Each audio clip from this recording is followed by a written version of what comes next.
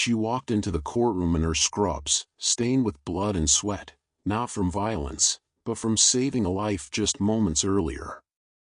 She didn't have time to change. She didn't have time to breathe. She was a single mother, a nurse, and now, the defendant in a case that could cost her everything. The room fell into silence as people turned to look. Some whispered. Others judged. But none of them knew what she had just done, or why her story was about to shake the courtroom to its core. The heavy wooden doors of the courtroom groaned open, and all heads turned as a woman stepped inside, an unexpected figure in a place governed by formality and appearance.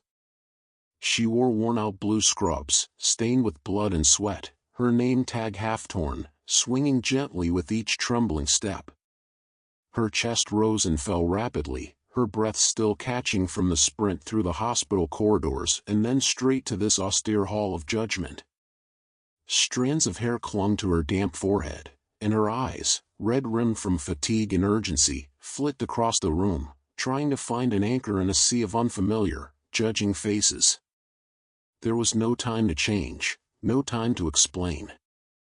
Just moments earlier, she had fought tooth and nail to save a mother in labor, a mother who had collapsed without warning, whose baby had stopped breathing. The woman before them, Dr. Claire Bennett, had held a life in her hands not more than 20 minutes ago. And now she stood accused, summoned by a judge who had no idea what she had just come from.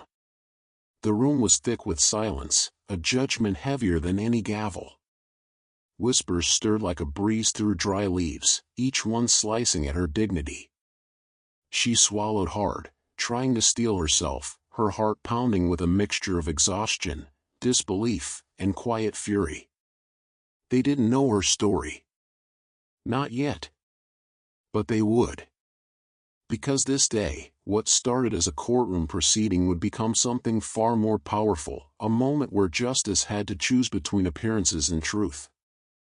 Across the courtroom, a quiet unease settled like a fog as Dr. Claire Bennett stepped forward. Every eye followed her, some with curiosity, others with suspicion, but she didn't flinch.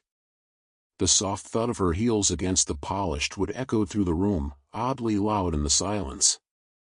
Each step was deliberate, but you could see it, how tightly she held her arms to her chest, how her knuckles turned white from clenching her hands together. Her breath trembled in her throat. She wasn't nervous. She was barely holding back a storm. The prosecutor leaned toward the judge with a scowl, whispering something meant to dismiss her as an irrelevant disruption. His voice was low, but the contempt was clear. Still, Judge Anderson didn't respond to him. His eyes were locked on Claire, studying her with a quiet intensity. There was something about her posture, not defiant, but resolute. Something in her face that betrayed a deeper pain, as if she carried not just knowledge, but a burden no one else in the room could comprehend. Claire finally reached the center of the room, pausing before the bench. Her voice, when it came, was quiet but unwavering, each word laced with urgency.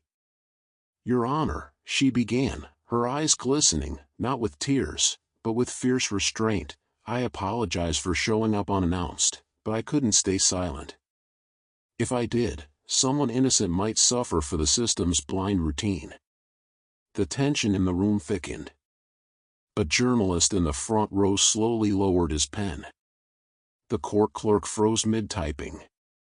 Claire's gaze never left the judge. She wasn't pleading for permission, she was demanding to be heard. And in that moment, she wasn't just a doctor. She was a witness. A fighter. A woman who had seen something terrible and was willing to risk everything to bring it to light. Claire stood there, her heart hammering in her chest, the weight of her words pressing on her shoulders. She could feel the cool air in the courtroom, the silence that surrounded her like a tangible force. Every pair of eyes seemed fixed on her, and it made her pulse race. She had always prided herself on her ability to remain calm under pressure, but today, the stakes were higher than they had ever been. She cleared her throat, trying to steady herself. Her fingers were trembling slightly, but she forced them to remain still. She had spent countless hours preparing for this moment, but now that it was here, she felt a strange mix of fear and determination welling up inside her. This wasn't just another case. This was personal. The defense lawyer, seated across from her, shot her a challenging look. Claire's gaze locked onto him, and for a brief moment, she saw him as nothing more than an obstacle in her path, a barrier she would have to tear down if she wanted to get to the truth. And the truth was what mattered most, wasn't it? She had never been one to back down from a challenge, but today, there was something more at stake. The lives of two innocent people were hanging in the balance, and Claire wasn't sure how much longer she could keep pretending this was just about winning a case. She took a deep breath, her chest tightening as she spoke. "This case, Your Honor," she began, her voice shaking only slightly, but the weight of her words carried a sense of urgency, of quiet defiance. "It's not just about the facts. It's not about following the letter of the law to the letter. It's about something far bigger than that." The courtroom was still. Claire could almost hear the collective breath of the room being held, as if the very air was heavy with anticipation. Her gaze shifted to the jury, her eyes meeting theirs one by one. Some of them looked at her with skepticism, others with uncertainty. She could see the doubt in their eyes, feel the walls of disbelief they had built around themselves. But she couldn't let that stop her. She had to tear through it, no matter the cost. Her heart pounded in her chest as she continued, her voice steady but laced with emotion. "What you're calling a technicality, Your Honor," she said, her words now sharper, more pointed, "could very well be the difference between a man walking free and an innocent man spending the rest of his life behind bars." She paused, the silence in the room almost suffocating. Every word she spoke felt like a fragile thread, pulling her deeper into the storm she was trying to navigate. She could feel the eyes of the courtroom on her, the pressure of their judgment settling on her shoulders. She didn't know if they saw her as a crusader for justice or just a lawyer desperately trying to save her own skin. But it didn't matter. She couldn't back down. Not now. Not ever. She took another breath, steadying her nerves as she turned her gaze to the defense attorney, who had been growing increasingly agitated in his seat. "I'm not here to play games," she continued, her voice rising just slightly. "I'm not here to challenge your authority, Your Honor. What I'm here to do is make sure that justice is truly served, no matter how uncomfortable that may be for some people." She could feel her chest tightening, but she pushed through the sensation, willing herself not to falter. "And if I have to take the risk, my career, my reputation, everything I've worked for, to make sure that this man doesn't pay for a crime he didn't commit, then I will." Her eyes flicked up to meet Judge Anderson's, her gaze unwavering. For a moment, there was nothing but silence. She could hear the faint rustle of papers in the background, the sound of the clock ticking, the soft shuffle of feet on the hardwood floor. But she couldn't focus on that. She was focused entirely on the man sitting at the bench, waiting for his response. And, more than that, she was focused on the truth, on making sure it came to light, no matter the cost. The tension in the room had reached its peak, and Claire could feel the entire weight of the courtroom on her. The risk was enormous, but so was the reward. If she succeeded, she would change the course of the trial, change the lives of those involved. But failure, she knew, would come at a steep price, one that she might never be able to pay. Yet, in that moment, all that mattered was the truth. And Claire would do whatever it took to make sure it was heard. The courtroom, once filled with the hum of muted conversations, now felt suffocatingly silent. Every pair of eyes was fixed on Claire, and she could feel the weight of their gaze like a physical force pressing down on her. For a moment, the sound of her own heartbeat seemed to drown out everything else, a constant, thudding reminder of how high the stakes were. She stood at the center, trying to keep her composure, but her mind was spinning. Her fingers clenched slightly around the edges of her legal pad, and she could feel the slight tremor in her hand, a sign of the tension building in her chest. Why did it always feel like this? She had done this 100 times before, but something about this case, something about the life hanging in the balance before her, made it feel different. It wasn't just the defense's objection or the judge's cold response, it was the nagging feeling that she might be losing control. What if I'm not enough? She took a deep breath, steadying herself, and forced her eyes to lock onto the judge, who sat stoically at the bench. Judge Anderson was a seasoned veteran, but even he couldn't hide the slight wrinkle of doubt forming between his brows.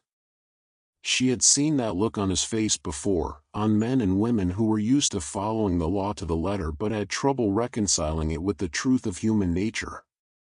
"Your Honor," she said again, her voice surprisingly steady, despite the chaos inside her.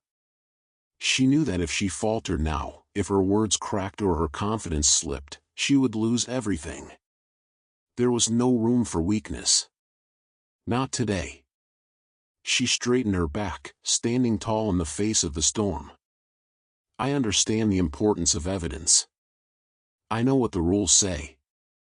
But this case is about more than just following the law. It's about justice. And sometimes, justice doesn't fit inside neat little boxes."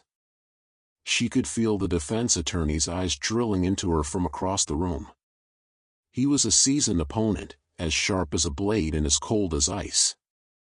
His posture had grown tense, his hands pressed flat against the table as if holding on to something for dear life. His mouth was set in a hard line, but his eyes flickered with something she couldn't quite read: resentment, impatience, or maybe even fear. She didn't know. But she didn't have the luxury of time to figure it out. She needed to keep moving forward. She turned her focus back to the judge, her voice gaining strength. "The law is meant to serve the truth, not the other way around," she continued, her words now coming more naturally, as if propelled by the urgency of the moment. "We are not here just to punish or to condemn, we are here to uncover what really happened. To uncover the truth." Her pulse quickened, and she could feel the room shift, a subtle change in the atmosphere as the weight of her words began to settle over the jury. The silence grew thicker, more oppressive, and for a brief second, Claire felt like she was suffocating. Her breath was shallow, her chest tight. It felt as though the whole world was holding its breath, waiting for something to give. Would they believe her? Or would they continue down the path of least resistance? Claire's gaze flickered briefly to the defendant, a man who looked almost like a ghost sitting there, pale, drawn, his hands clenched in his lap.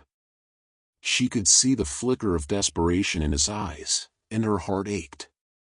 "He's counting on me. He's counting on me to make them see the truth." She didn't even realize she had taken a step closer to the jury box until she felt the floor beneath her shift slightly. Her steps were slow, deliberate, as if the motion would somehow give her more control over the situation. She could see their faces, each one was a blank canvas, each one was a potential ally. But that didn't make it easier. What if they think I'm just another lawyer spinning a story? What if they doubt me? What if I can't get through to them? The tension coiled tighter in her chest, and for a moment, she almost couldn't speak. But then, she forced herself to meet their eyes.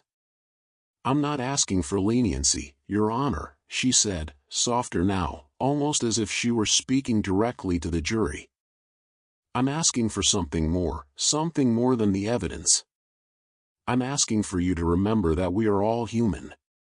We all make mistakes. But those mistakes do not have to define us." Claire's voice dropped even further, her words almost a whisper now. "We're talking about a life here. A man's life. And I'm asking you, with everything in me, not to let a mistake, not to let an injustice, go unchallenged." Her voice broke slightly on the last word, and she could feel the rawness of it in her throat. She hadn't expected that vulnerability, but it was there, undeniable. And strangely, it felt right. This was real. This was who she was. For a brief, agonizing moment, Judge Anderson did not respond. The silence in the room stretched on, dragging out each second, each heartbeat, until Claire thought she might collapse under its weight. Then, finally, he spoke, his voice cutting through the tension like a blade. "I will consider your words carefully, Miss Harper," he said, his tone still calm, though there was an underlying note of respect she hadn't anticipated. The room seemed to exhale, though it wasn't clear whether it was a collective relief or just the next stage in the battle. The gavel came down sharply, signaling the recess.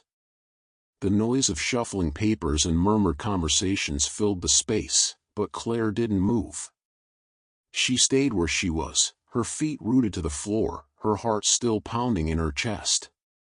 As she glanced once more at the defendant, she saw a flicker of hope in his eyes. But was it enough? She didn't know. But she would make sure that when they returned, she would be ready. Ready to fight again. Ready to make them see the truth. No matter what it took. Claire sat at the edge of her seat, the cool wood of the courtroom desk pressing into her palms as she tried to steady her breathing. Her eyes darted around the room, quickly sweeping over the jury, the judge, and the opposing counsel. Her heart was racing. Every inch of her felt like it was on edge, as if she was walking a tightrope with no safety net beneath her. The silence in the room was suffocating, each passing second adding more weight to her already heavy mind. She hadn't expected the trial to be easy, nothing in her career had ever been that way, but this case felt different. It felt personal. Her fingers drummed nervously on the table, the tap of her nails on the wood sounding too loud in the stillness. The tension she felt was palpable, a thick fog in the air. What if she couldn't convince them? What if, despite everything she had done, they still didn't believe in the truth she was so desperately fighting for? Claire forced herself to take a deep breath, trying to calm the storm brewing in her chest. She had prepared for this moment her entire life. Her legal training had taught her everything she needed to know, but it was more than just the facts of the case. It was the belief she held deep inside her, that justice wasn't just about the law, it was about understanding people. It was about recognizing their humanity. That's what the jury needed to see, the humanity of her client. For the briefest moment, Claire let her mind wander to her childhood, to the values her parents had instilled in her. They had always said that the most important thing in life was to stand up for what was right, no matter the cost. But now the cost felt like it might be too high. The weight of the decision that hung in the air felt as if it could crush her. She wasn't just fighting for a client, she was fighting for her own integrity, for the belief that the system could be fair, that the truth could come out even in the most complicated of circumstances. She glanced at the defendant, seated at the table in front of her. His posture was hunched, his hands clasped together in his lap as if trying to suppress the desperation that radiated from him. He was a man of few words, but Claire could see the strain in his face. He was vulnerable, raw, and he had placed all his faith in her. What if she let him down? Her mind flashed back to his testimony, the pleading look in his eyes as he described what had happened. She had seen something in him that the others hadn't, the faintest hint of remorse, of regret. This wasn't a man who had committed a crime out of malice, he was caught in a web of circumstances beyond his control. But could she prove that to the jury? Could she make them see the same thing she saw? The judge's gavel brought her back to the present with a sharp jolt, and before she knew it, she was on her feet again, walking slowly toward the podium.